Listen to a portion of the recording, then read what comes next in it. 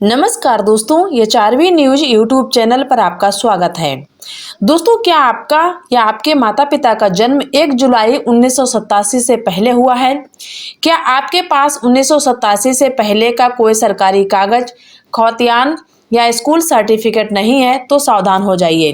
WhatsApp से लेकर social media तक फैली अफवाहों ने करोड़ों भारतीयों के मन में डर का माहौल बना दिया कि कागज न होने पर क्या नागरिकता छीन ली जाएगी, क्या बंद हो जाएगी पीएम किसान सम्मान निधि, राशन कार्ड और वृद्धा पेंशन जैसी तमाम सरकारी योजनाएं।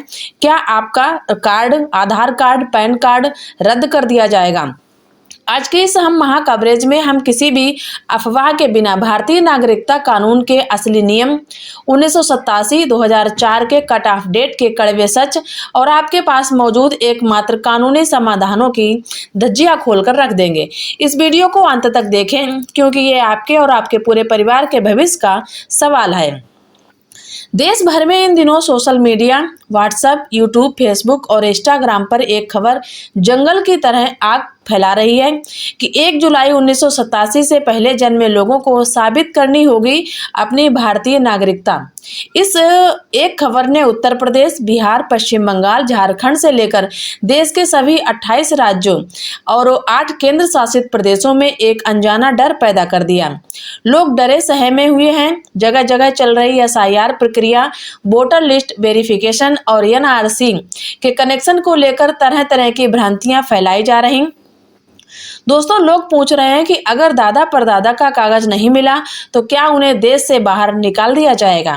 क्या बच्चों को सरकारी नौकरी और स्कॉलरशिप नहीं मिलेगी? क्या आधार कार्ड नागरिकता का सबूत है या नहीं है? दोस्तों, सबसे पहले हम आपको बता दें कि वीडियो दोस्तों पूरा देखिएगा और बिना किसी अफवाह के सीधे समझते हैं कि नागरिकता के इस 1987 वाले कट ऑफ का पूरा सच क्या है और वो कानूनी रास्ते जो हर भारतीय को आज ही समझ लेना चाहिए। जब भी देश में किसी नीति या सत्यापन प्रक्रिया की शुरुआत होती है तो उसके साथ साथ अफवाहों का बाजार भी गर्म हो जाता। इन दिनों सोशल मीडिया पर दावा किया जा रहा है कि जिन लोगों का जन्म 1 जुलाई 1987 से पहले हुआ है उन्हें भी अपनी नागरिकता साबित करने के लिए अपने दादा दादी या माता पिता के 1987 के पहले के कागजात दिखाने होंगे।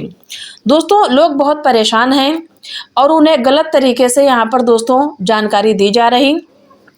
लोग पूछ रहे हैं क्या 1987 से पहले के कागज ना होने पर हमारी पीएम किसान सम्मान निधि, हमारी वृद्धा पेंशन और हमारा राशन मिलना बंद हो जाएगा? क्या पीएम आवास योजना जैसे कि सरकारी स्कॉलरशिप और बच्चों की सरकारी नौकरियों पर रोक लग जाएगी? क्या आधार कार्ड और वोटर आईडी कार्ड नागरिकता सिद्ध करने के लिए काफी नहीं है? दोस्तों, इन तमाम सवालों का जवाब जानने के लिए सबसे पहले समझना होगा कि भारत का नागरिकता कानून क्या कहता है। भारतीय नागरिकता कानून में समय समय पर संशोधन किए गए हैं। देश में जन्म से नागरिकता मिलने के 3 मुख्य पड़ाव हैं। पहला पड़ाव 26 जनवरी 1950 से 1 जुलाई 1987 तक का। कानूनी नियम क्या कहता है वो भी मैं आपको बता दूं कि इस समय 26 जनवरी 1950 से लेकर 1 जुलाई 1987 के बीच अगर किसी भी व्यक्ति का जन्म भारत की धरती पर हुआ है तो वो जन्म से ही भारत का नागरिक माना जाएगा। और नंबर 2 है कि माता पिता की नागरिकता। इस अवधि में व्यक्ति का भारत में पैदा होना ही पर्याप्त है, चाहे उसके माता पिता किसी भी देश के रहे हों। यदि आपके माता पिता, दादा दादी या आपका स्वयं का जन्म इस अवधि के बीच भारत में है तो कानूनन आप जन्म से भारत के नागरिक हैं। दूसरा पड़ाव है 1 जुलाई 1987 से 3 दिसंबर 2004 तक। इस अवधि के दौरान भारत में जन्मे व्यक्ति को नागरिकता तभी मिलती है जब उसके जन्म के समय उसके माता पिता में से कोई एक भारत का नागरिक रहा हो।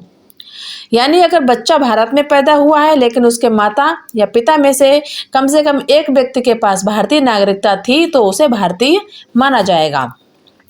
तीसरा पड़ाव है 3 दिसंबर 2004 के बाद, यानी अब तक का। 3 दिसंबर 2004 के बाद जन्मे बच्चों के लिए नियम और सख्त कर दिए गए हैं।